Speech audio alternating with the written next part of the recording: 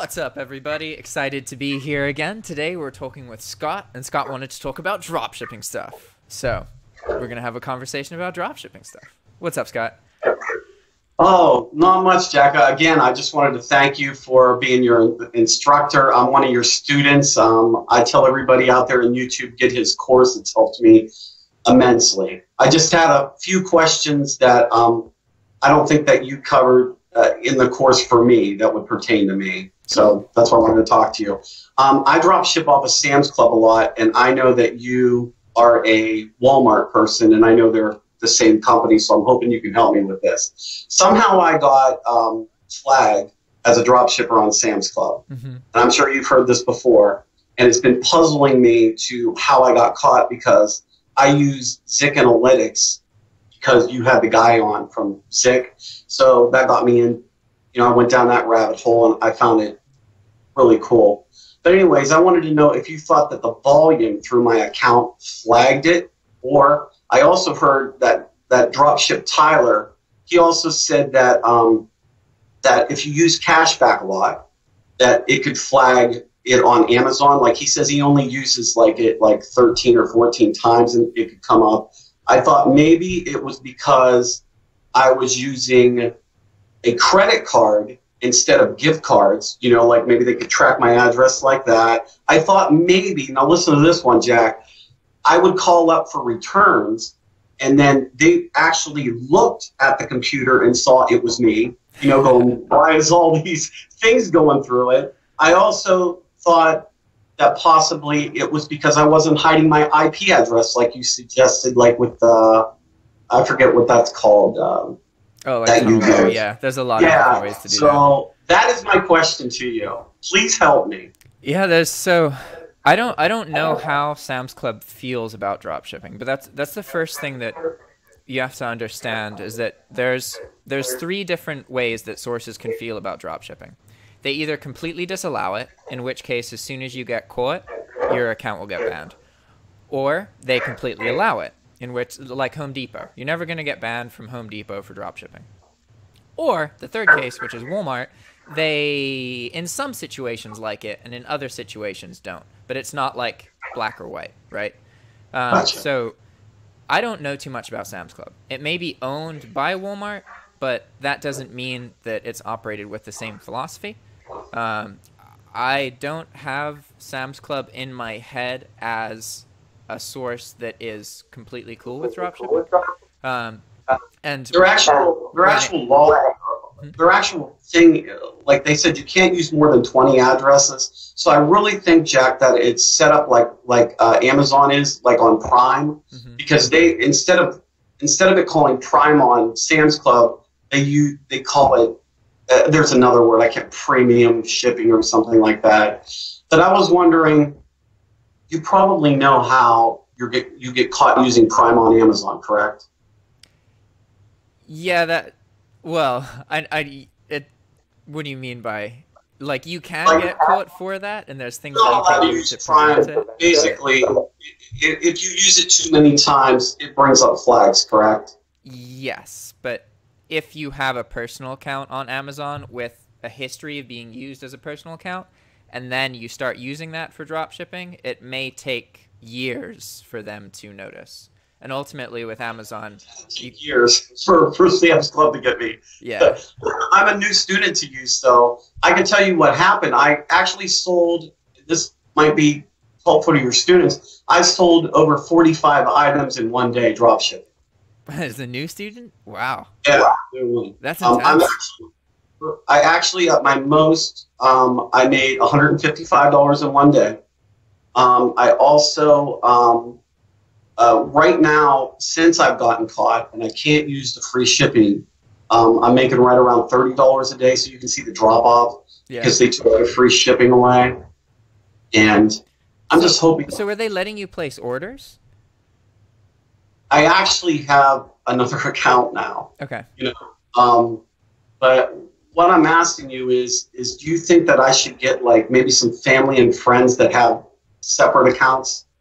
you know, and maybe have 4 or 5. Ultimately, you can always just make new accounts. So there's services that you can use. But before I move on to that, let me explain that when it comes to like a source like Sam's Club identifying you as a dropshipper, you hit it on the nail on the head earlier when you talked about having multiple addresses. Like there is no way to hide the fact that you are shipping to different places than your billing address. So you can't hide that you're dropshipping. You can only get really good at making new accounts, and then just every time it happens, you have a system, right? So you could use family members. The problem is that if you're using the same computer, then that creates problems. And even if you're using a VPN, you have to have a dedicated IP address that's unique to you. It's called a virgin IP, right? Not just a VPN. Because when you're using a very basic VPN, then you are using an IP address that tons of other people are using, and it's completely possible for the website to have it flagged as a VPN IP address, so they know that you're using a VPN. Whereas if you're using a dedicated virgin proxy, you have a unique IP address. There's no way for them to know that it's not your real IP address because there aren't thousands of other people coming from it, right? So you can use services like one is called Multi-Login App, and if you imagine you open up a internet browser like Chrome, except straight away, instead of going to like Google or your homepage, it goes to a list of names.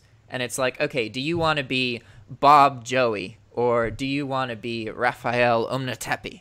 You know, you click the profile, and then you log in, and it makes it look like it logs you in through that person's IP address with that screen resolution, and it like makes it look like you're using a different computer at any point that you pick. So it depends on Sam's Club, because maybe they only have very basic protection to flag the accounts, right? So it could be that it's as simple as just the email address. So as long as you have a new email address, even if you have the same billing information, it's going to be okay.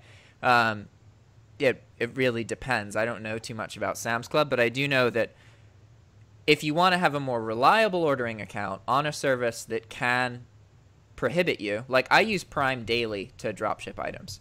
Do you have multiple ads? Do you have multiple accounts, Jack, or do you just use one? I have multiple accounts, but I only use one at the moment. And generally, it's always just a matter of time before they figure it out. They will eventually get you. But what you can do, generally, is you want to find an account that has some kind of history. So it's not just created today. Like maybe it was created like 3 or 4 or 5 years ago, and people have placed some orders on that account. If you have a family member who made a Sam's Club account like a while ago and used it a couple times, that would be an ideal account to try and order on, because most of these systems have like an initial verification process where you make the account and then they're kind of looking to wait until you're cleared. And once you're cleared, the chance of you getting caught is much, much less likely. You have to like really scale up a lot. But if you were doing like 40 orders in the beginning in a day, that's a lot. Like for some of these places, you have to establish a history first. So that could have something to do with it. But that's a good problem to have, dude. Like that's really atypical, especially because it's harder to dropship now. So like seriously, good job. That's really impressive. Well, I'm one of your students, man. Thank you. I didn't know about dropshipping before you, Jack. I had no clue. Wow, that's crazy. It's hard for me to fathom that, because I found that I was in that same scenario, except I took a Udemy course and I learned from David Vu, and then I just made a course with what I learned, right? But it's like, it's crazy. It's hard to think that a lot of people don't know what dropshipping is. Yeah, your course changed my life. It's really got me directed. It's got me feeling good about myself. I feel more confident. I have been looking for years, Jack, to find a way to make money online. And I have tried I've tried arbitrage. I've tried selling cars. I've tried selling guitars. I'm a musician. Mm-hmm. I've tried everything. And this, I can actually look and see that I'm making profit. And this is the only business that I've actually been able to do hand in hand with my wife. And it's just been wonderful for both of us. That's awesome. I definitely so the main thing that's missing from my course is the emphasis on virtual assistants. If you've placed those orders and that kind of thing, then you're at a point now where the best thing for you to do is train a team of VAs and have them doing whatever your process with Zik was to post items in the first place. I'm really excited about that. I'm actually waiting for your course to come out on VAs. I actually check all the time. Because how many VAs do you have? I only have one. I really don't work that much, to be honest. I work like 1 to 2 hours a day, and my VA works like 1 to 3, depending on what's going on. For me, it's really important to have like balance in life and spend time with the people I love. And like, it's great to work your ass off and get money, but if I die tomorrow and I spent the past 5 years working all the time, then I didn't matter. So it's really important to focus on the balance and not work all the time. But some people don't have that luxury, right? So I'm not adding a new course with VAs. I'm just going to add information into the existing course about virtual assistants. And the main thing that I'm doing, the main thing that I'm doing at the moment to help people get a virtual assistant is that you can do one of these kind of videos, and then we just talk about what kind of work you want, and then supply your contact information, and then somebody in the audience, hopefully, will reach out to you. Because that's ideal, because then it's a group of people who are already choosing to educate themselves about dropshipping, and it's just a matter of finding somebody who lives in a country where the cost of living's cheap, so you can pay them a couple $100, and that's like full-time job for them, you know? But again, you really want, like, with VAs, it's easy to just like trash them and just go through them over and over again. For me personally, I believe quite strongly in developing a relationship with a VA, so that, like, say that your dropshipping business goes down or something, your relationship with your VA should be such that they then can twist, and then you can use them to accomplish other tasks not related to dropshipping, but something else. Like for me, like indexing my YouTube videos, or something about the course, or replying to comments. Like, ideally, dropshipping is it's very sporadic, and it's good to give you cash flow, but you can't rely on dropshipping income alone. It's very possible to lose your PayPal account, lose your eBay account. All these things do happen. So ultimately, dropshipping needs to be a stepping stone to something else, right? So it could be to selling dropshipping software, information. As soon as you step away from just dropshipping, the income becomes much more reliable and much more solid. But I'm getting the vibe from you that, you know, it's going to be fine. You just needed to know it was possible and that it existed. Oh, dude, I used to be a card player, poker player, and this just hits some sort of just in my heart. It just gets me going, gets my blood going, Yeah, it's common. A lot of dropshippers love poker. I bet they do. I thought, I saw this. Hey, I wanted to ask you, when you have different accounts, like say at Amazon or like I have at Sam's Club, how do you get tax exempt on each one? I don't actually know, to be honest. Like, and it's complicated now because in the States, like, states are now aware that they're losing buttloads of money from sales that are happening in their state but are being shipped to another state. So, well, there's a lot of legislation going through and things are changing at the moment. But before, it used to be really easy because you could pretty much just not pay sales tax in most situations. It's looking like over the next couple years that's not going to be a reality anymore. That being said, it varies depending on the state that you live in. For example, for me, I live in Virginia, so there's not like a resale license. I just get a permit to pay sales tax on my sales into Virginia, and then that gives me a number, right, and a form. And then, so I go to the retailer, and then I show them my form and my number, and then they're like, okay, and then they don't do the sales tax thing. But the process changes a lot depending on the retailer and depending on the state that you're in, right? So what state are you based in? Ohio. Ohio. Oh, yeah, that's right. I was actually just in Ohio. I'm right. I'm close to you because I'm in West Virginia at the moment. You ever want to pop in, man? Yeah. I was just yesterday I was at Cedar Point. Oh, yeah, Sandusky. Yeah. That was cool. It was definitely weird going from Nicaragua to an amusement park in America. Just very Very different. Yeah, I bet you your whole views on life have changed since you've actually went to that country and came back, has it? Yeah, definitely. I mean, I was raised traveling. I didn't live in the States till I was 10. So I don't think I experienced as many cultural changes. It more just kind of reminded me of how a lot of the world is. And that's definitely something I kind of miss. When I'm overseas, I relate to people more because I've always been a foreigner. Like, I've always been a foreigner. I've always lived in places where I'm not like the locals. So for me, I relate more to travelers and when I'm overseas. Whereas in the States, it's really common for people to have never left the area, and like, there's nothing wrong with them, but they can't know better than, like, the things that they complain about are things that other people in the world would kill for. But that doesn't make them bad. It's just the reality of, you know, they haven't been exposed to the rest of the world, so they don't know that. And I can't blame them, but at the same time, it's a real thing, you know? So. You went and saw, you know, I saw your videos with, like, when you were with Mark and Becky over there in Nicaragua. I found them fascinating. When you were actually going to Mark's house, was there, like, guards guarding you? Was there roadblocks and stuff? No. I've heard that there's, like, civil war going on over there. Is that incorrect information? It's complicated. It's really complicated. The easiest way to understand the situation in Nicaragua is that there is a huge, huge, huge gap. There's like almost no middle class in Nicaragua. Nicaragua has where most of the wealthy people in Latin America live, and it's also the second poorest country in the hemisphere. So there is a huge gap. There's a very lacking middle class, huge, huge, huge lower class, very small upper class, right?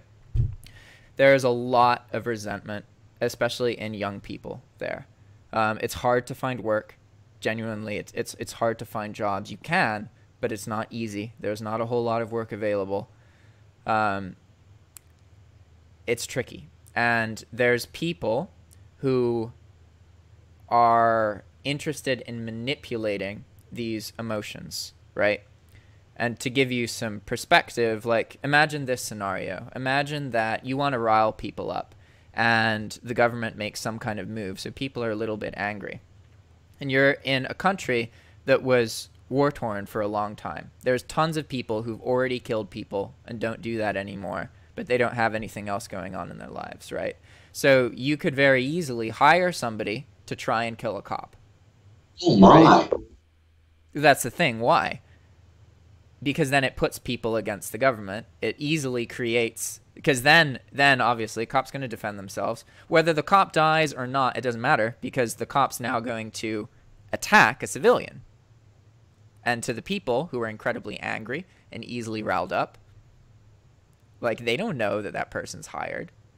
And I'm not saying that that is what's happening, but I am saying that because of the political situation there, it's very easy to manipulate people's emotions. And, like, one of the things that people have been doing is that they're taking photos of, like, dead bodies and that kind of thing and sending them as if they are real when they're not. Like, fake news is a problem everywhere, not just in the States. And there is problems in Nicaragua, but it's really important to also understand that there is some kind of entity or some kind of force there that is actively trying to get people to think it's more chaotic than it is. Like, for me, I'm visiting there. I'm going there in January, and I've read stuff online. It looks intense. But as long as my local friends are able to go to their jobs and live their day-to-day life, ultimately, I'm still going to visit. If something were to prohibit them from being able to live their lives, then I would take the stuff I hear more seriously. But ultimately, they are the ones who live in the country. If they feel that it's unsafe for me to visit, then they will tell me. I am in another country. Nothing I see is accurate or as accurate as their perceptions, because they are there living it, experiencing it. Wow. I'm very excited for you going in, I think you said January? Yeah, yeah. Is this will be your second time there, or you've been there quite a bit? Third time technically, but so I went there for 2 weeks, and then I went back to the States for a month, and then I moved to Nicaragua for 9 months.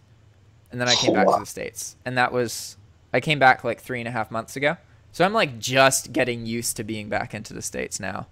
But I'm definitely, it was kind of ironic, to be honest, because I went there for the grind camp stuff, right?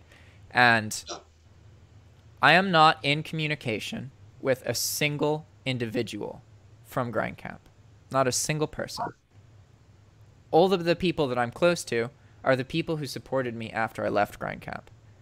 And it's definitely, like, there's things I shouldn't really get too into, but it was surprising to me. I expected that I would develop some kind of relationships or some kind of lifelong communications, right? And I'm not saying that we hate each other. We can definitely communicate, but it's sad that people lived together for 30 days and, like, what really came out of that. Like, I got a lot out of that, but most of the people who participated in grind camp do not consider it a good time. They felt very judged. They felt very pushed around and patronized. It's just kind of sad. But at the same time, it changed my life. So fuck it, whatever.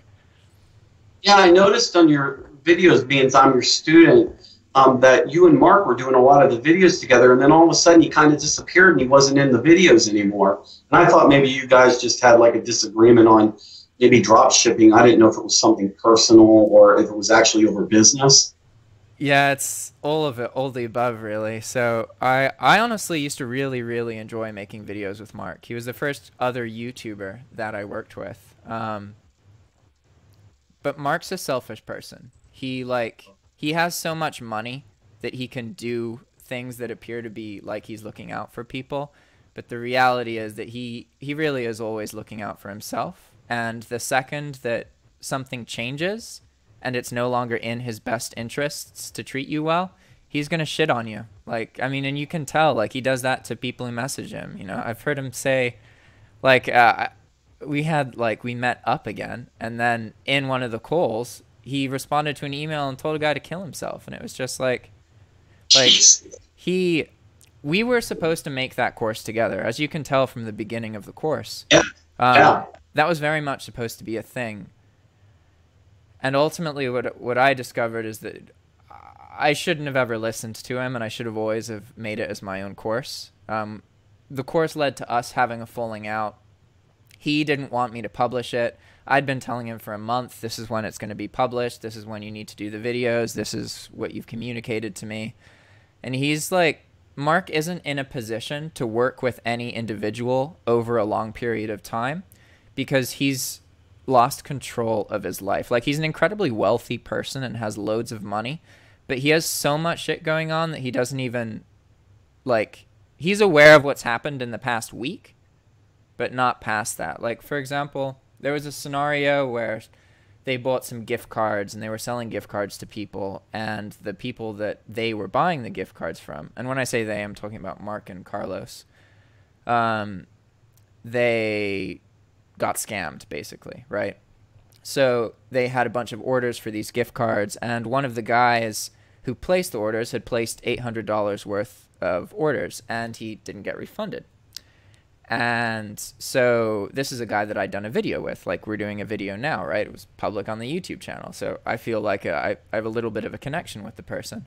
And so then I go to Mark and I'm like, hey, this guy's telling me this happened, what's going on? And then Mark's like, oh, you know, he acknowledges that's a thing, they're looking into it. And I'm like, okay, whatever, it sounds like you're figuring it out, it's just busy, right? And so then like another month passes, and then the guy's like, hey, can you talk to Mark again? This isn't, you know, this isn't happening.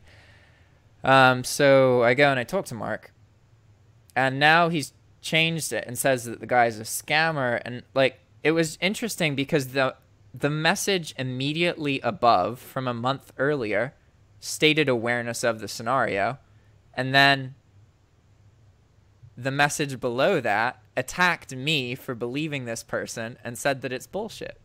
And then it was like, I was like, okay, whatever, maybe he's right, you know, whatever. And then I asked the guy, like a couple weeks later, I asked the guy for PayPal transaction IDs, and then I called PayPal and verified that they're real. And what I realized is that Mark and the others had issued a refund. However, that refund had failed to go through. So to Mark and the others, when they looked at it, it kind of looked like they'd refunded the person. But then if you look at the transaction ID of the refund, it shows that it failed. So he didn't get refunded, right? But now I understand, okay, Mark thinks that this is a scam because he put a little bit of time into identifying it, saw that the guy had been refunded, but then didn't put more effort into it. So I explained that and sent the screenshots, and then the guy was refunded. But this was after 90 days, like $800. And it just really opened my mind. And that was kind of the nail in the coffin for me because, like, honestly, I was devastated after leaving. I was really scared. We got in, like, a fight, and Mark just treated me like I was in an abusive relationship with someone for a while, and they were an alcoholic. And it was just, the way he was talking to me, it's like when somebody's just ego tripping and they're yelling, it's not a conversation. They're not even listening. They just want to shit on you. And like, it was really surreal because I suddenly felt that I was back in this abusive alcoholic relationship I'd been in like 3 or 4 years ago. And then immediately, seamlessly, just had this complete clarity that nothing could ever work out with Mark and I had to leave. And it was just it was interesting. But that event, had I not used Tinder and met a girl and then met her friends, I would have left the country and I would have went home. Like, I learned a lot from Grind Camp, but it really fucks up my head, to be honest. Like, especially with the course. Mark just shat on the course, and like, he didn't ever put in the time that he said he was going to do. All those videos that are in the beginning of the course, yeah, I recorded with him in like 2 45-minute sessions where I had to bother the fuck out of him to get it to happen. After telling him, like, okay, the course is happening in a month. We need to get started. We need to do this. I'm doing my stuff. This is what you said you're working on. And then like 3 weeks passed by. And then he basically tried to get me to not publish the course anymore. And then I was like, fuck that. I'm doing exactly what I said that I've been doing. And then, because I didn't listen to him, then he just starts telling everyone on YouTube, like, that I'm lying about how much money I'm making and all this shit. And he had 3 times as many subscribers as me.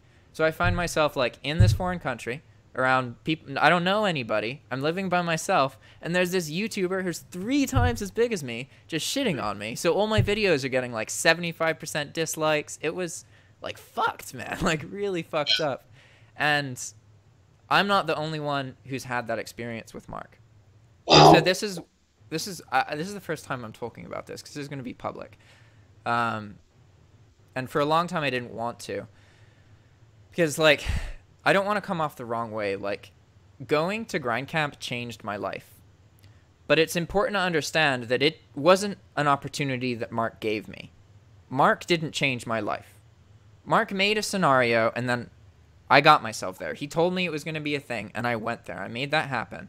And ultimately, the reason that Grind Camp changed my life isn't because of Mark. It's because of the time that I spent interviewing all the other people there. It's because of all of the focus on the individuals and what they brought. And ultimately, that's what I thought the point of Grind Camp was. I thought that it was about this community of talented people and figuring out how can we get all these people together and get them to work together in a way that benefits people in foreign countries to access the information that we have. And I thought I was kind of becoming a part of this bigger educational kind of movement, because Mark talks a lot about that, like making a website and selling courses and that kind of thing. But it just became very obvious that, like, maybe Mark can be like that in 10 or 15 years. But right now, like, he's got, like, a younger girlfriend. He's just having a baby. He's got so much crap going on. There's an intense political situation. His life isn't getting more stable, and it's not going to. You know, and I really don't want to come off like I'm shit-talking Mark, because, like, I want people to still go and visit him. I don't want anybody to not go because of something that I said. But at the same time, like, he's an asshole. And that's unfortunately just how it is. He's in a position where he has a lot of power. He provides for everybody who is around him. So people he's completely used to people just sucking up to him. And a part of him is aware of that and hates it, but not a big enough part to stop it. So, well, I want to say on just being one of your students, Jack, of course, I would pretty much have more alliance to you. I do watch the stuff with Mark, and I did see him trash you, which I thought was very disrespectful. I thought that you come off as very transparent and just very, like, you try to teach your students, like, everything. And Mark, even though I do cuss and stuff, but I couldn't even sit down and watch his videos because of his cussing so bad. He comes across as very abrasive and stuff like that. And I thought what he did to you was very not cool, man. You can actually, people know, Jack, your heart. People can see it. And people can see Mark's heart too. And I would suggest, you know, if you did want to learn drop shipping from Mark, I would take things with a grain of salt or something like that. But the stuff that you're teaching, Jack, is incredibly useful. I'm actually one of your students. I'm selling over, you know, I've sold over 45 items in one day doing what you've told me. That's not normal, though. Just for reference. Okay. But, like, Mark gives good information. I really want to make sure that, like, I don't want to alienate people listening to this. Like, you're a special individual. Like, you could have taken a course that Mark made. You just needed to be aware that dropshipping existed. Even, like, if I were to disappear off the face of this earth, you're still going to, like, make it work. You know, you have that drive, that ambition, and it's important to note that, because really that's more about what success is. It's not about finding the right course or anything. It's just about having that like part of you where you ask somebody a question and then they don't respond, so you go do it. You figure it out, right? Like, that is what a successful person does. Whereas most people, they don't know how to figure things out themselves. So they just ask questions, and then they're like, oh, I asked the question, so therefore I have to wait for the answer. Yeah, I would suggest, Jack, and I think that, you know, you should start your own grind camp. I think that would be awesome. I would be a part of it. You could get away from all that negativity that, you know, that you were put through, and you would know not what to do to people. And I think that your personal grind camp would be something people would look forward to. And I'm sure thousands, and I mean thousands of your subscribers would join, probably me and others, you know, to come to your grind camp. I would just suggest you think about that. I would love that. That actually is something. So it wouldn't be grind camp because that's Mark's thing. But that is something. So just for some reference, one of the reasons that I'm traveling is to develop communities, so that can be something that I can do in the future. But it's going to be years. Like, I'm not in a position to do that. Like, my life was really complicated for a long time, and I just want to, like, do something every day that changes my future, but then also just relax and enjoy the wind and, like, go on walks and stuff. That's really important to me. I got you, man. I'm totally into it. So I have a few more questions about dropshipping, but thank you for sharing that with me, man. That really... No worries, I went on a bit of a rant there. Dude, that's okay, man. I mean, I saw some of the videos that Mark posted about, you know, he called you lazy and, you know, stuff like that. And it was... be lazy. He's right. But to be honest with you, it was hard for me to watch because, honestly, I'm actually talking to the guy that changed my life. I mean, you're like my rock star, man. It's hard for me to fathom. I'm just a normal person. Dude, you know, you look very young. Or what are you? You're in your 20s, dude. I just turned 50, and I have a new lease on life. I'm a truck driver. I broke my foot. I couldn't get to work, so I've been down for about 3 or 4 months. And instead of moping, you know, thinking, woe is me, you know, I'm having a hard time supporting my family, blah, blah, blah, I took your course, and I'm doing it. You got that drive, man. You're going to be fine. You can tell, just like, it's funny doing these conversations. As long as there's not too much of a language barrier, you can get the vibe pretty quickly and tell if somebody's just like trying, but they don't know how to really try, you know, but you know how to really try. I get that vibe. Thanks, man. Well, I wanted to get back to my question. On the Cashback website, I told you I had heard Tyler say something about how it can flag you as Amazon. And I know that you, in your course, said top cashback. Is that possible that they can catch you using that Kind account? of. So let's take a step back here and talk about how cashback itself works. Okay.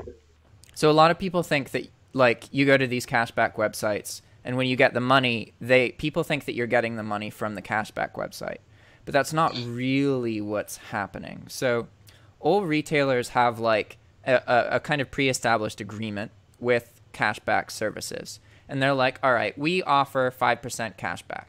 So then the cashback website copies whatever the retailer offers and either gives the same to the buyer and finds another way to monetize or takes less, right? So Walmart gives 5%, but the cashback website gives like 3, right? So they keep that 2% difference or whatever. But it's really important that you understand that these cashback websites are really just middlemen for your source. They're not like doing something magic. That your source has a policy for cashback. That is what determines your cashback experience with the source. So how do we find out what that policy is? it's kind of tricky. Some sources you can just talk to the right people and they'll tell you, but in general that's information that a consumer wouldn't be privy to. If you know somebody who's like in the cashback industry and like runs one of the websites, or you know somebody who's been in the industry for a while, they might know. So like there's people in this audience who know. I don't know, but somebody in the audience knows the answer to that question. I would love for them to write in the comments or something. I would love to read that. Yeah, and if you supply any kind of contact information, then you know that gives them that ability. Okay, well, you can write to me at scottgearhart2000@yahoo.com, and I would love for that to be, How do you spell that? SCOTTGEARHEART 2000@yahoo.com. Cool. That was clear. Yeah. So your retailer or source of choice will submit a claim to, or sorry, your cashback site will submit a claim to your retailer to get credit for the cashback. That will log that someone has claimed cashback for the transaction on the retailer's end. And then after it goes into the approval period, then, which is basically, okay, there's been no returns, nothing has happened with it, it wasn't a scam, whatever, then it gets cashed out, right? So if the source pays attention to whether an order is placed and cashback is claimed, then maybe they could flag you for it. But understand that when you place the order, immediately, there's no way for the retailer to know if you've claimed cashback. Because it doesn't happen then.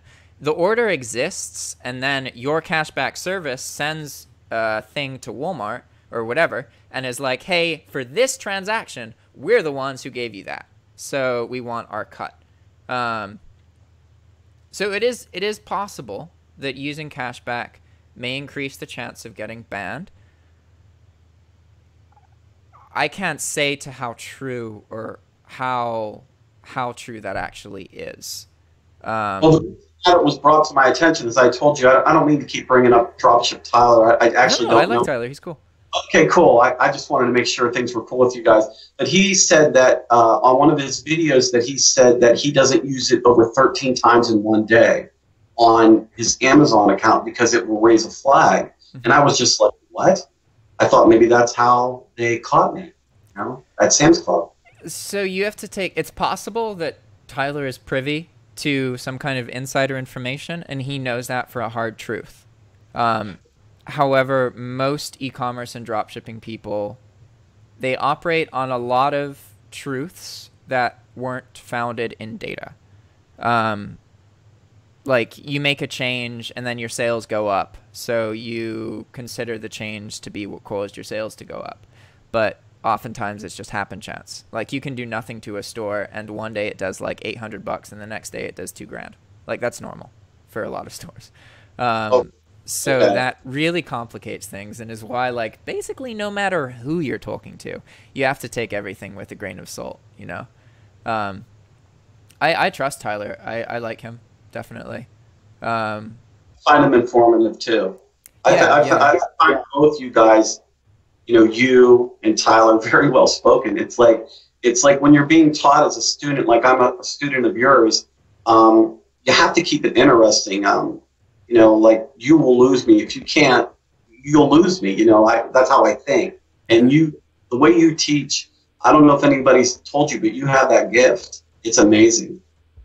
That's what happens when you make YouTube videos every single day for like 2 years. It definitely just, there's this metaphor I think about a lot, and it's about like, say that you want to make the perfect pot. We're talking about like clay pots, right?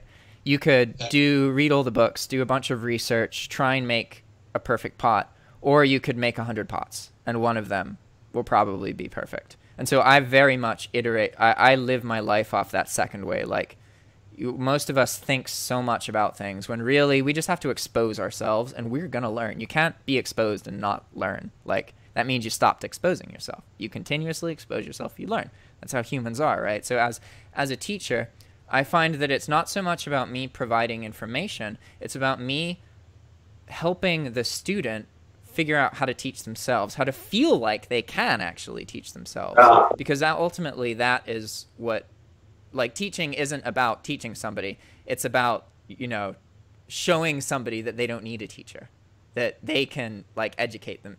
At least that's how I think about it. I need you, Jack. I need your help, man.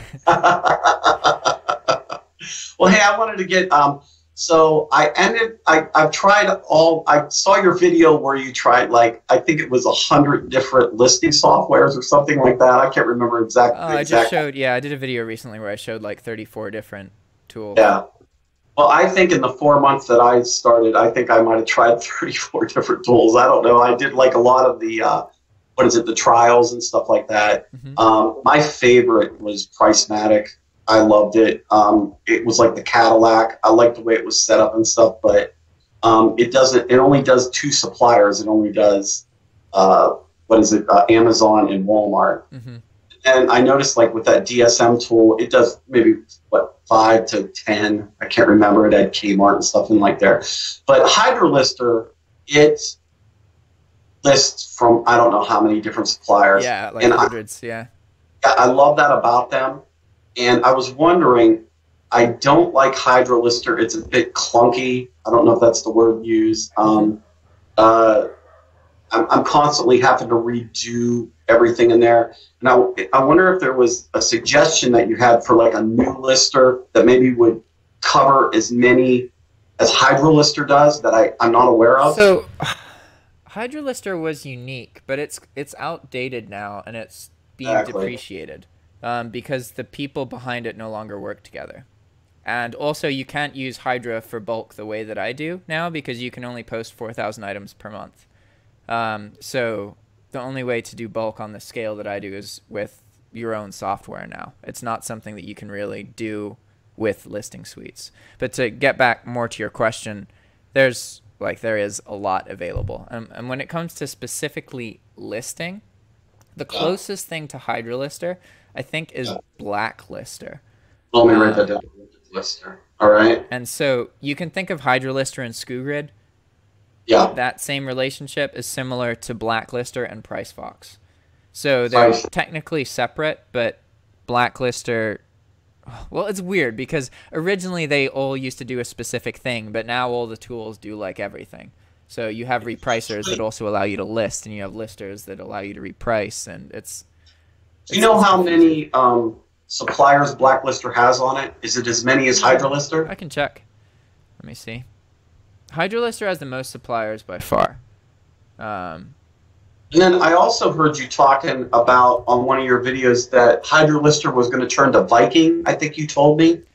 I think you had suggested to students. And yeah, I've been looking for that Viking for a while, man. I can't find it. It doesn't exist yet. It hasn't been released. Okay, well. Like, it exists, but only... Like, it hasn't been made commercially available yet. Okay. That is something that I'm really looking forward to, just because I really like the person who's behind it.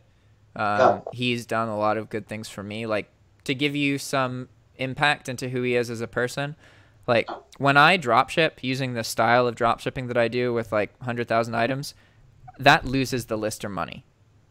Like even with Hydra Lister paying $90 a month, I was losing them hundreds of dollars every month because my server costs, these server costs associated with my account were bigger than, like, they represent like 1,000 other accounts, right? Hydra, the guy behind Hydra, knowing that, still chose to let me keep using it, right? And obviously I'm doing videos, getting attention, that's good, but he's also literally taking $100 a month hits. Yeah.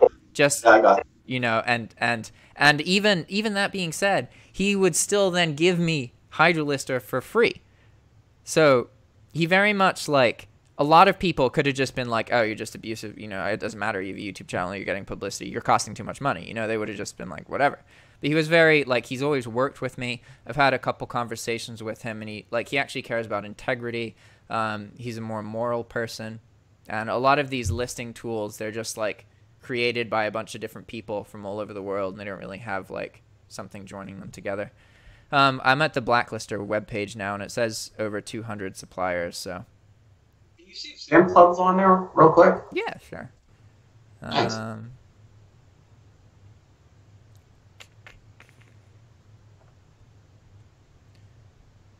Trying to find the list.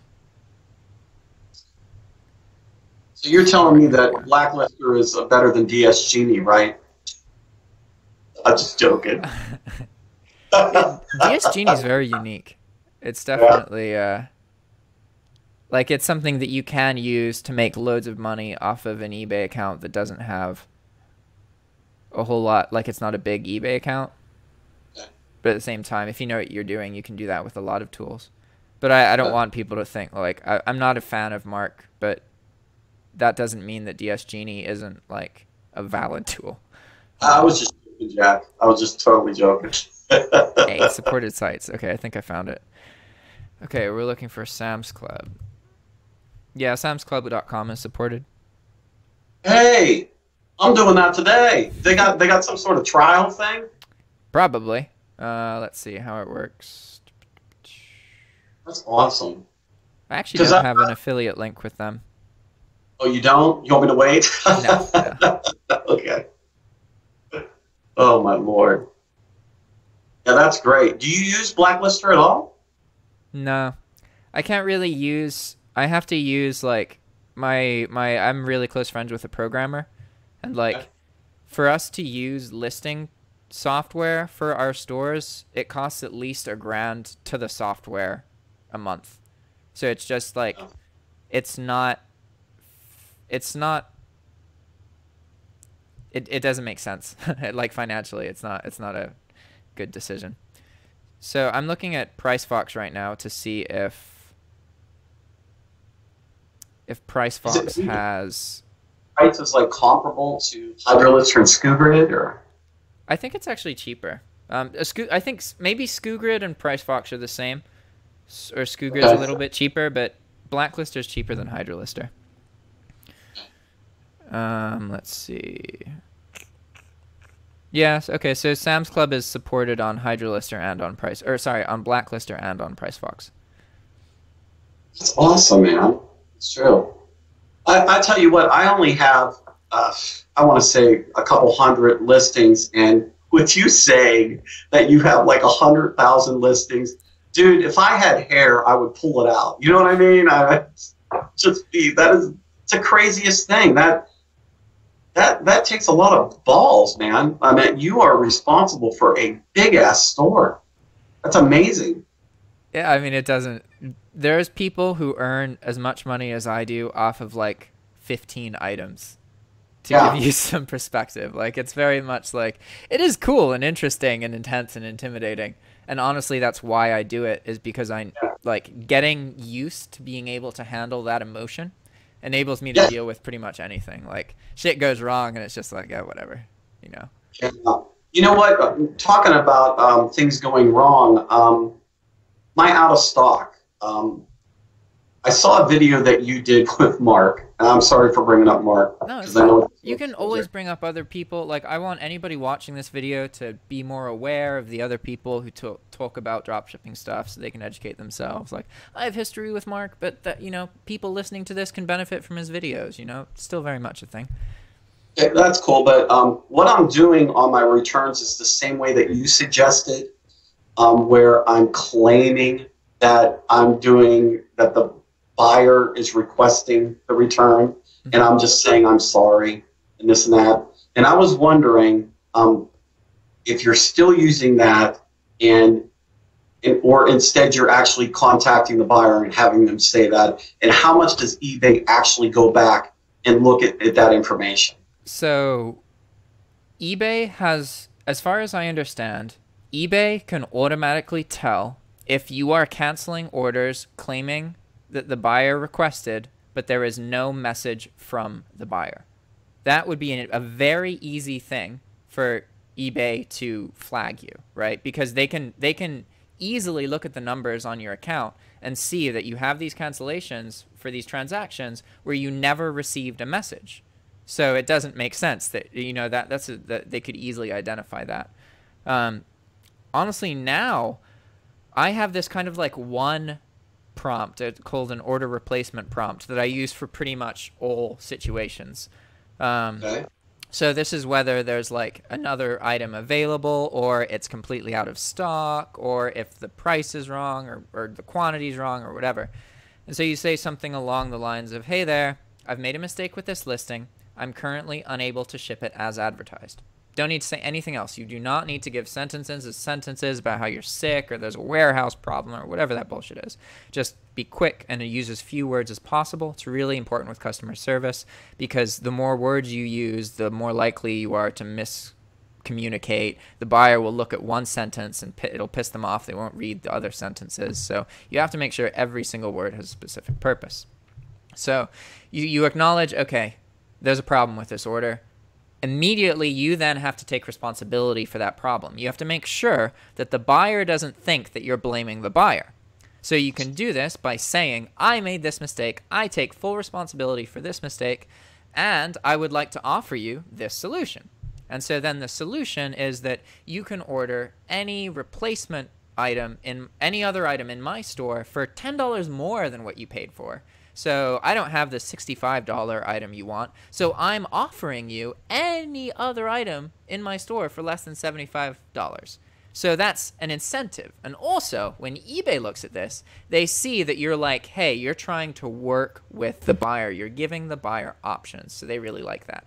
The reality is, like, 1 out of 20 times the buyer is going to actually look in your store and find a product, but almost always they're going to just ask for a refund, and then you just do the cancellation. I don't do cancellations without getting a message from the buyer. Because I do know that eBay has some kind of system to tell if you're canceling orders without receiving a message. Also, if your account is bigger and your cancellation rate is 0%, then that doesn't really make a whole lot of sense. Like, you have to kind of be lying.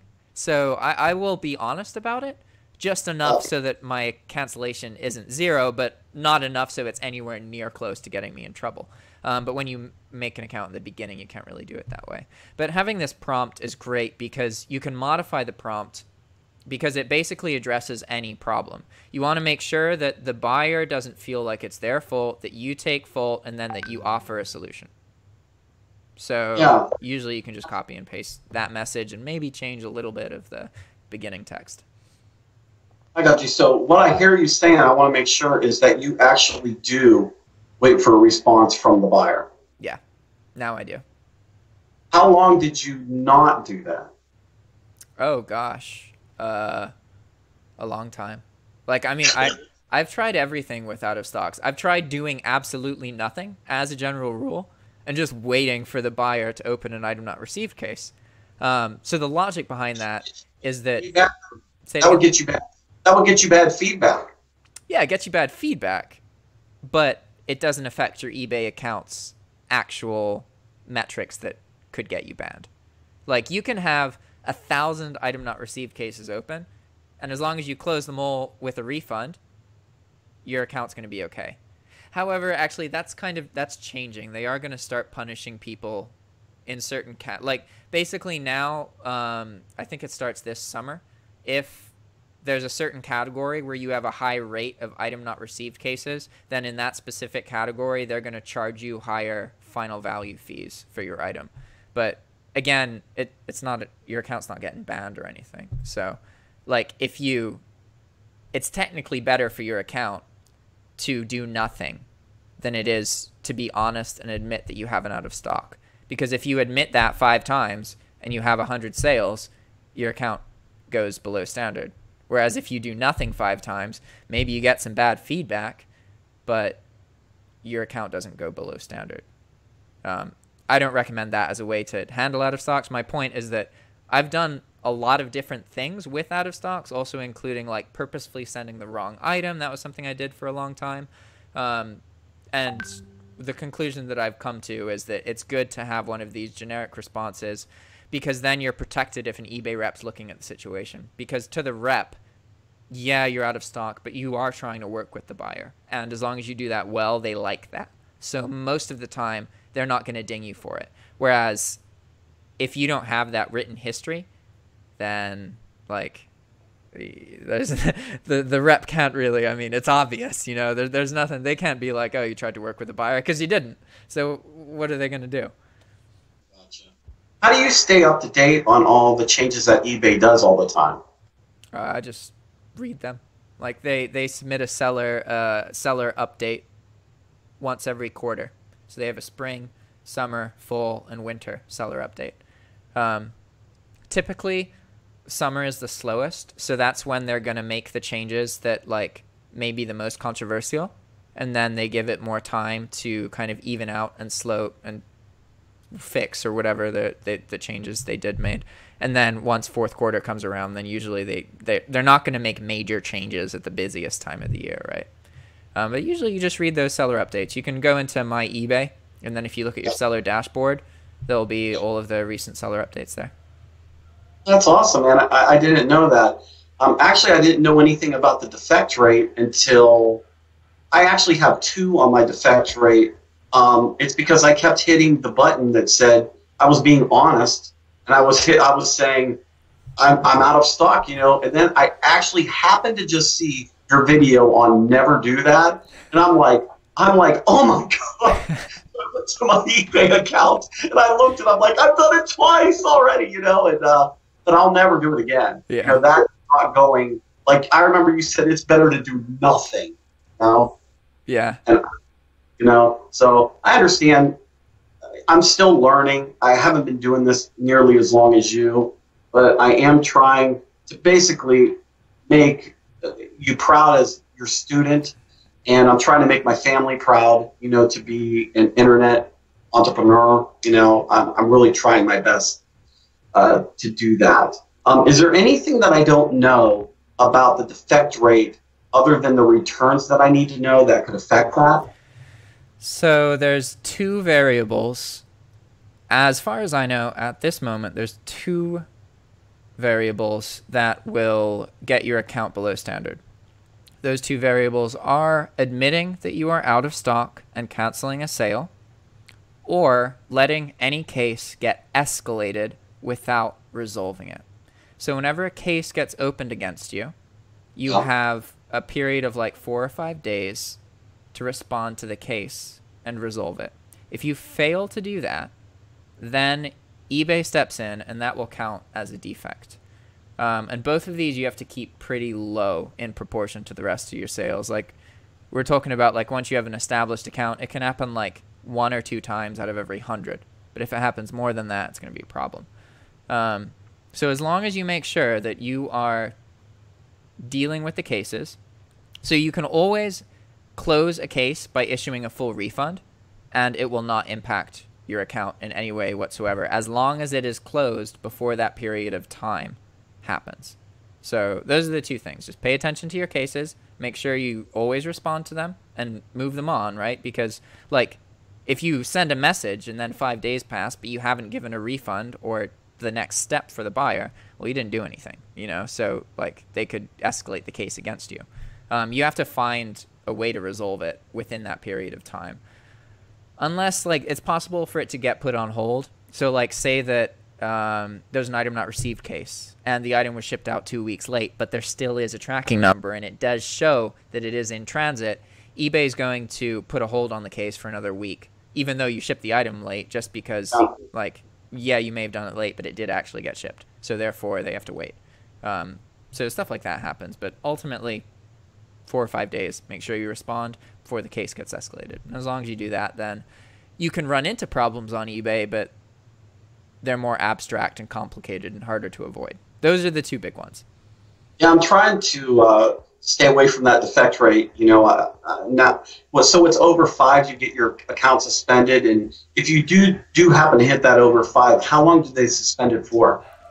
So you don't get suspended. Your account goes what's considered below standard. An account that's below standard. So one thing, these things happen every 30 days, right? So they look at your metrics and they're like, okay, you're either above standard or below standard, right? Or yes. Top rated. There's a third one. So normally you're above standard, and that means you're average. That means that like you're not doing anything super wrong. So when they do that monthly check and they see that your account is below standard, your account will become below standard. You will be unable to get any limit increases. It is possible they will place limitations on the number of items that you can post. So say that you have an account limit of 1,000. It's possible that they're going to place an additional temporary limit on top of that.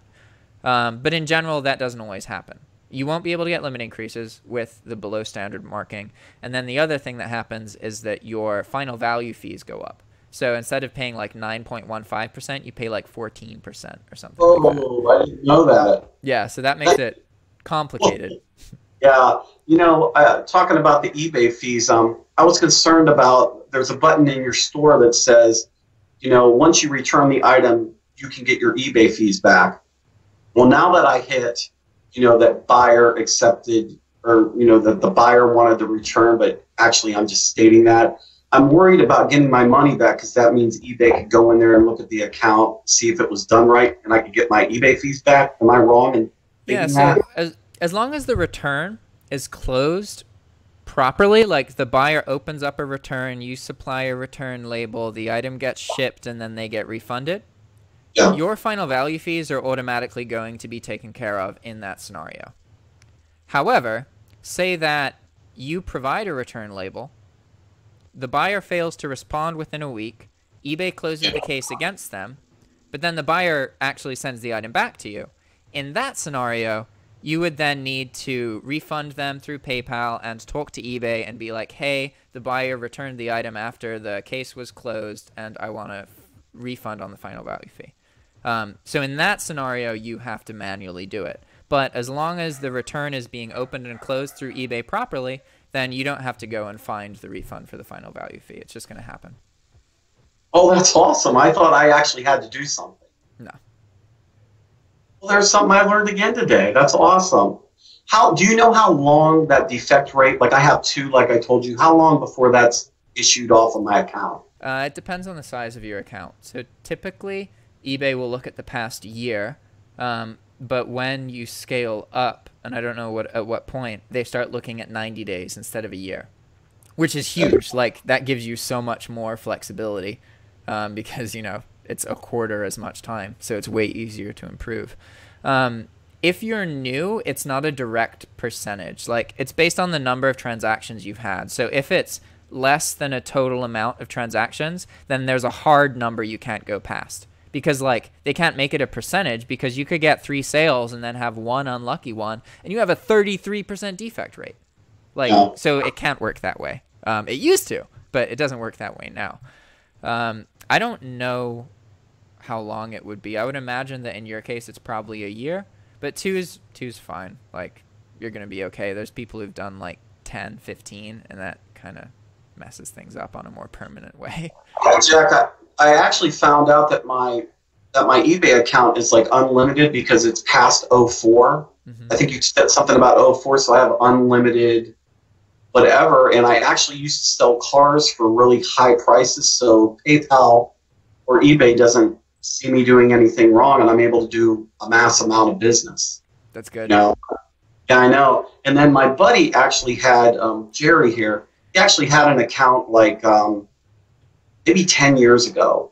But we just called into eBay, and they said that if you don't use the account for 2 years, it's gone. Oh, so that's like a new thing. Yeah, because we were trying to go, hey, you know, he might be, you know, the account might be past, what is it, 0504. Yeah. And now they're saying, no, it's can't do that. Interesting. I haven't heard about that. Yeah, that is interesting. I kind of bummed us out.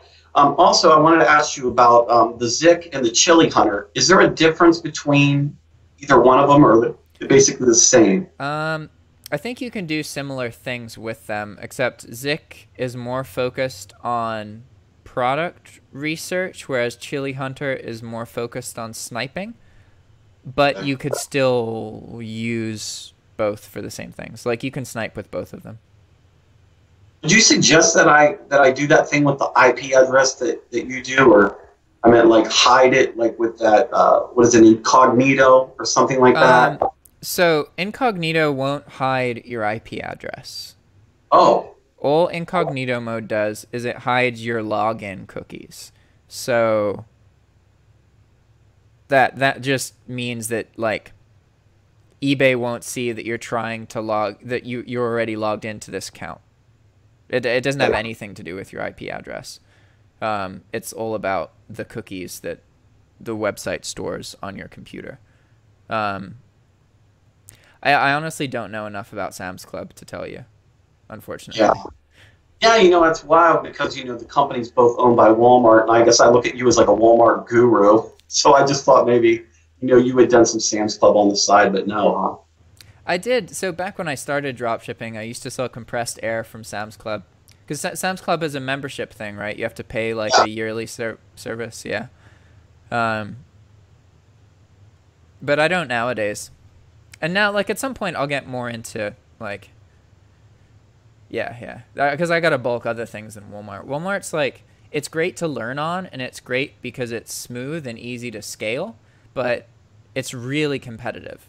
So bulking Walmart doesn't make a whole lot of sense in that way, because a lot of the sales that you get from bulk is by you post items that people don't know exist yet, because no one else has sold them. So then you don't have any competition because you posted everything. So, you know, you didn't even need to look for it to find it, and then you get a sale from it. So it would perform better if I used like Home Depot or some other source with less competition. And these are all things that will happen in the future. I just not a priority at the moment. Yeah, actually, I was thinking about, me and my wife were talking about maybe using Home Depot, though I don't right now. Right now, I use Walmart, Sam's Club. And I heard that if you get over $45 worth of sales, you can ship out to different addresses after you reach that amount. Is that true? That's called multi-address shipping, and that is no longer able to be done on Home Depot. You used to be able to do it. Okay. And there were some other sources that allow that as well, but in general, it usually gets taken advantage of by dropshippers. So I can imagine. I don't know of any sources that currently allow that, but I'm sure that there are some. Maybe like Overstock does. I'm not sure. Yeah. I wanted to also ask you about the promoted listings. I did just see your video. I think you did some at 10% and you did one at 1%. Mm-hmm. I actually, you know, on my store, I've been putting like a 1% over everything, like a blanket on everything. That's good. It's worked awesome. It has worked awesome. And I was wondering, do you think I should like put it up to 2%, or you think I should just stay at 1%? So this depends a lot. I know that the biggest difference when it comes to promoted listings is the difference between not having them and having everything at 1%. That is the biggest difference. The second that you start, like, because if you go from 1% to 2%, you're doubling your fees. So theoretically, you should get double as many sales if it's really, really worth it, right? But that's not the case. It's definitely a case of diminishing returns. So you should, if you're listening to this, you absolutely should use promoted listings 1% as the minimum. if you want to experiment with using higher percentages, you can and should. Just keep in mind that it is diminishing returns. If you use 10%, you are not going to get 10 times the amount that you got at 1%. Like in my study, when I did it, I got 2 times the amount if you compared 10% and 1%. So like it very much, like maybe it's worth doing 2, 3, maybe even 4, but I don't know, honestly. There's not a huge difference. Yeah. Can you kind of like briefly tell me about how that eBay algorithm works? Like how you actually raise up? I know you can do it with promoted listings, like you can go higher, but I was wondering, how do you get them organic listings that you don't have to pay the promoted listing to get up high on that page? There's tons of different variables. So the way that you can think about it is just imagine a point system in your head. And the more points, then like an item with 100 points is going to show up ahead of an item with 87 points, right? Okay. So there's all of these variables that affect Cassini. These are things like shipping time, reviews, number of pictures. Like there's like 30 or 40 different variables, pretty much everything you can think of. So in order to get your listings to show up high in search results, you have to understand what all of these variables are and tip them in your favor. So it boils down to learning what all of the different variables are. And it's not something that you can just find published, because eBay doesn't publish the information, because then it makes it easy to abuse. So, or at least that's what they claim. So it's kind of hard to know for sure what really matters. But in general, the things that, if I could give you like a top 5, it would be cost of item. It would be number of times sold, time since recent sale, photos, and title. Not from least to most important, but all 5 of those are very, very important.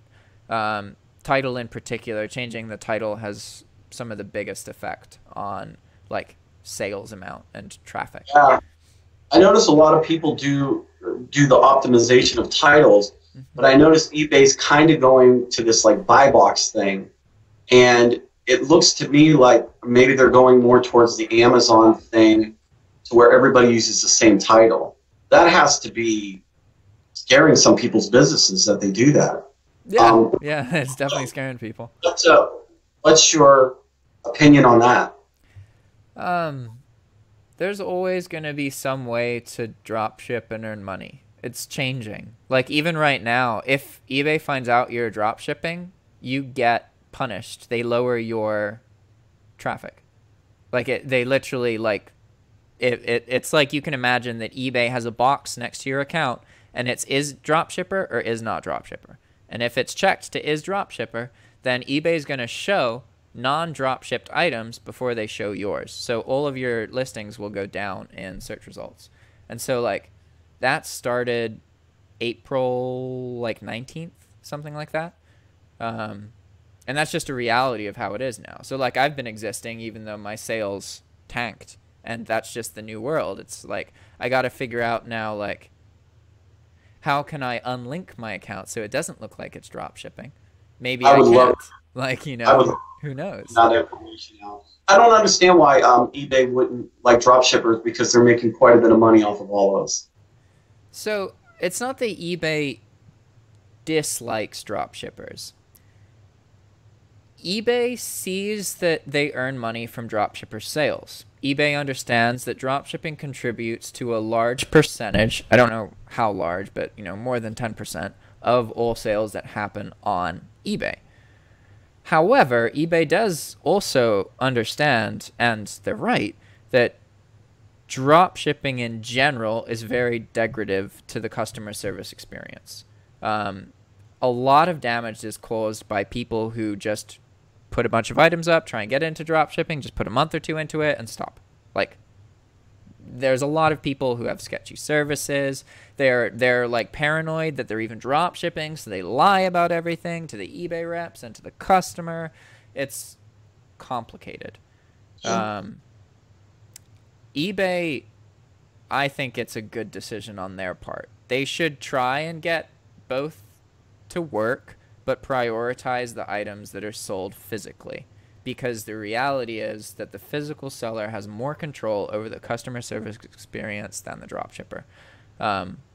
It's frustrating what they're doing as a dropshipper, but it's not like they're disallowing dropshipping. They still allow it. They're not going the Amazon route. They're just trying to find like a medium in between. So, do you do drop shipping off of Amazon, Jack? Yeah, well, technically I don't start off of Amazon. All of my items are sold on Walmart, and that's how I make the lists. But it just so happens that a lot of these items are available on Amazon. So when they sell, I look on Amazon first, because if it's on Amazon, it's going to be Prime. I Prime ship it, and then that increases like my feedback, increases everything. And it's $6 cheaper because I always price for the $6 shipping fee on all my Walmart items. So I will always look at Amazon first, and then if it's not on Amazon, then I source it from Walmart. Okay, that's really interesting. Do you, like with the tracking numbers, do you always put a tracking number? Do you have your VAs do your tracking numbers, or do you not do them at all? There's a lot of software that automates that for you. So you log into your email account, and then you give it access to that, and then it just looks and it waits for the order to show up, and then it uploads it to eBay. Oh my Lord, what is that? What is that called? There's Tracking Pigeon. There's, I think Spot and Paste might do that. There's Update Duck. It's also included as part of certain dropshipping suites. I use Tracking Pigeon or Update Duck. The nice thing about using Tracking Pigeon is that it comes with a Chrome extension that allows you to copy paste orders on Amazon and Walmart. So that saves a lot of time, because then you don't have to go first name, last name, middle initial, first city, zip code. It's just one click and it's all there. So that's really useful. So that'd probably be the best, but you use Sam's Club, so you wouldn't be able to use that part of it. Yeah, I know, and my wife's trying to get all the tracking numbers. Like I said, we have quite a bit of sales. I'm blessed to have sales, and it's been an issue with us. I was really hoping that your course come out, or if you had one on VAs, because I really think that's my next step, and I'm excited about it. I'm very, very excited, but again, it's hard to give up the reins of your business, when very, very hard. I want them to be able to, in fact, if you're a VA out there, if you're listening, and you want to go to scottgearhart2000@yahoo.com and apply, you best be trustworthy. That's all I got to say. I'm a very kind person, but, it's very hard to give up the reins, Jack. Yeah. I've worked really hard at following your direction, and it's just like if somebody would come by and mess that up, or I would start getting defect rates, that would not be cool with me. That's why it's good you want to give the VA, when you start, you want to give them a listing task so that they're not in a position where they they could list things badly, but as long as you show them and you document a process and they follow the instructions, then that most certainly isn't going to happen. But you want to have them in your account, and then being able to observe how they interact with you and how they communicate with you. And then after a month or two, you're either going to feel good about them or you're not. And if you feel good about them, then you can escalate it, and then you can start having them doing ordering and that kind of thing. You can trust them more. But in general, like, these VAs, this is can be a full-time, good, reliable job for them.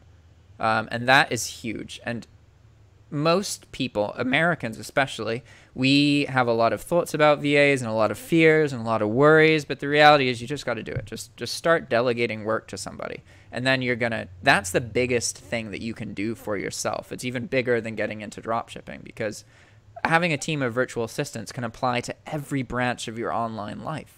Like even your own personal life. You can have VAs order shit for you or deal with trivial tasks you don't want to do anymore. That has a huge effect on your future. And that's a bigger turning point, in my opinion, than dropshipping itself, because dropshipping has limited usage, whereas virtual assistants just makes like any pursuit of yours exponentially more, How long have you had your VA? 8 months. He started. Have you had any issues at all? No, but I have a very, like, I got incredibly lucky with my VA. Like, we just happen to be very similar as people. He watches my YouTube channel. Like, I consider my VA a friend. I have a very personal relationship with him. Like he tells me about what's going on in his life and in his country. He's from Morocco, and actually today they just approved draft. So he has to figure out a way to not get drafted into military service. He was basically like, okay, imagine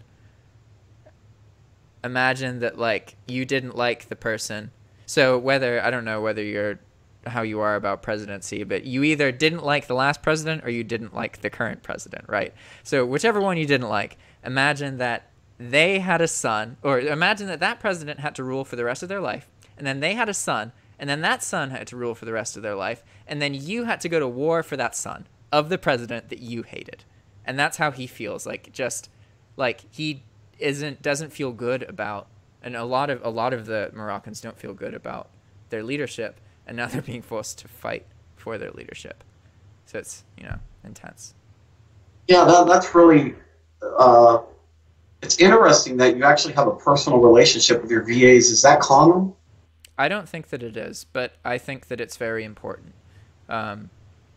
Like, Ale, you want your VA to view your progress as their own progress. You want them to be invested in you and your business. Like, you want them to feel like you're a part of their future and they're a part of your future. And that's why, like, I got really lucky with Ali. He was literally the second VA that I tried to work with, and I've found VAs for other people since then, but I haven't, because I've been so satisfied by the work that he does. He's very good about. Can you suggest, like, maybe where I would find a VA, Jack? Because I know nothing of VAs. I know I need one, but I don't know how about. I would give. I'm going to publish this video today. And then I would give it like a week, and then if you don't get any responses, then you can start looking on. Well, I mean, you could do this now if you wanted to, but there's a website called onlinejobs.ph, and that is a website that helps you connect with people in the Philippines. Then there is also Fiverr. However, Fiverr. You say your person was from Morocco? Yeah. Well, how do I get a hold of Moroccans? There's not a whole lot of Moroccans because English isn't big in Morocco. Okay. But what made you decide instead of going with the something had to make you decide? Yeah. So Ali reached out to me personally. And he was persistent, and he followed the instructions that I gave him, and again, it was very obvious to me that he's already invested in dropshipping. He already views my YouTube channel, so it's likely he's invested in me. So working together would be very, very good. And really, just because I have a YouTube channel, that means that I can easily find virtual assistants. Normally, you have to use a platform. You can post on Facebook, like, because it's not about like finding the perfect one. It's about just finding some, trying to work with them, and you're either going to like them or you won't. And just trust your gut. Just, you can keep finding new ones until you find one that you like. I understand. Like, what do you think about the whole process with just having your whole business automated, like with SalesGeek and stuff like that? I've been reading stuff like that. Are you like are you more hands-on, or? I am not super interested in that stuff, but it's important to understand that I grew the dropshipping stuff that I do now to be not time intensive. Like, I've started at like 1,000 items, figured out how to do that properly so that I could scale it without having 1,000 times more time spent than with 10,000, 20,000, 50,000, 100,000. Like, there's a lot in the past of work that I did to make sure that things were simple now.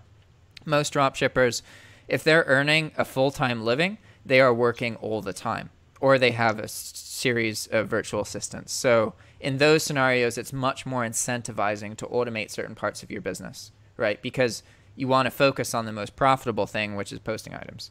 So theoretically, everything else should be automated. And honestly, even that can be automated if you get to that point. Everything can be automated. I mean, it's good to automate, definitely. It's all a trade. Like, say that you're using your own VA, you're automating stuff, and you can decide how you automate it. Say that you're using software, maybe you're not getting cashback on the order because it was placed through another account. You know, it's all just trades. Yeah, absolutely. You know how, like, you were saying, like, when you're, like, above level in the eBay, or, like, you're above standard with the... Well, somebody actually, it was pretty exciting for me and my wife, we got Power Seller. It, like, just appeared one day. Like, yeah. I just started, and they're calling me a Power Seller. I'm very excited about that. What does that mean? I don't even know what that means. It doesn't really mean anything. Like, I'm excited for nothing. Yeah, as far as I know, maybe it used to mean something, but it's more just like the star next to your name. It changes based on the number, and it's like red star, red shooting star. Like, it's something to look forward to and to try and, like, it's just a way for eBay to classify the size of your sales. Like, if you're a bronze power seller, they know how much you're doing. If you're a platinum power seller, they know exactly what range you're in. And that's really it. Like, you don't really get any benefit aside from that, as far as I know. Because the benefits all come from being a top-rated seller, which has nothing to do with being a power seller. Got you. You know, like, when you put all the addresses in your Walmart, like, you have a bunch of different addresses, do you clear that address book out at all, or you just let it go? So I clear it out, and then usually I don't add new addresses. I just edit existing addresses. And as a general rule, that can sometimes help you not get noticed as a drop shipper, because even though the billing address and the shipping address are the same, depending on how their system works, if you're editing the same address over and over again, it could just look like you're using one shipping address, which makes it a little bit harder to tell that you're drop shipping. So it's just kind of good practice to use edit address instead of add new address. That's awesome. I mean, that is extreme information that you just gave me. Thank you. That's what we're here for. Absolutely. Well, Jack, I don't think I have anything else, man. You've been just gracious. All your information you've given me. Again, you know, I'm a newbie. I think what you're doing is amazing. I hope to talk to you again if I have a question. Hopefully you'll answer it for me. Yeah, I'm always down. If you ever schedule one of these calls, and anybody of you listening, if you want, like, as long as you're willing for the video to be recorded and you're cool with that, I'll always make a video and publish it. It's really beneficial for me and the YouTube channel, and I get to connect more with my audience. Yeah. Well, hey, can I tell people about my music just real quick? Yeah, of course. All right, thanks, man. If you guys go to Scott Gearhart, you just punch it in either, what would it be, Apple, iTunes, or any of the thing. I have a song out now. It's called Old Mexico. Maybe you can use it going down, you know, when you go to Nicaragua. In fact, Jack, you can use it as your song or whatever, you know, for your videos or whatever. You have my permission. But it's called Old Mexico, and just go and purchase it, and I would appreciate it. Awesome, man. I'll put a link in the description. All right. Thanks, man. All right. It was great talking to you, Scott. Hope to hear from you again. Thank you so much. You too, man. Ciao.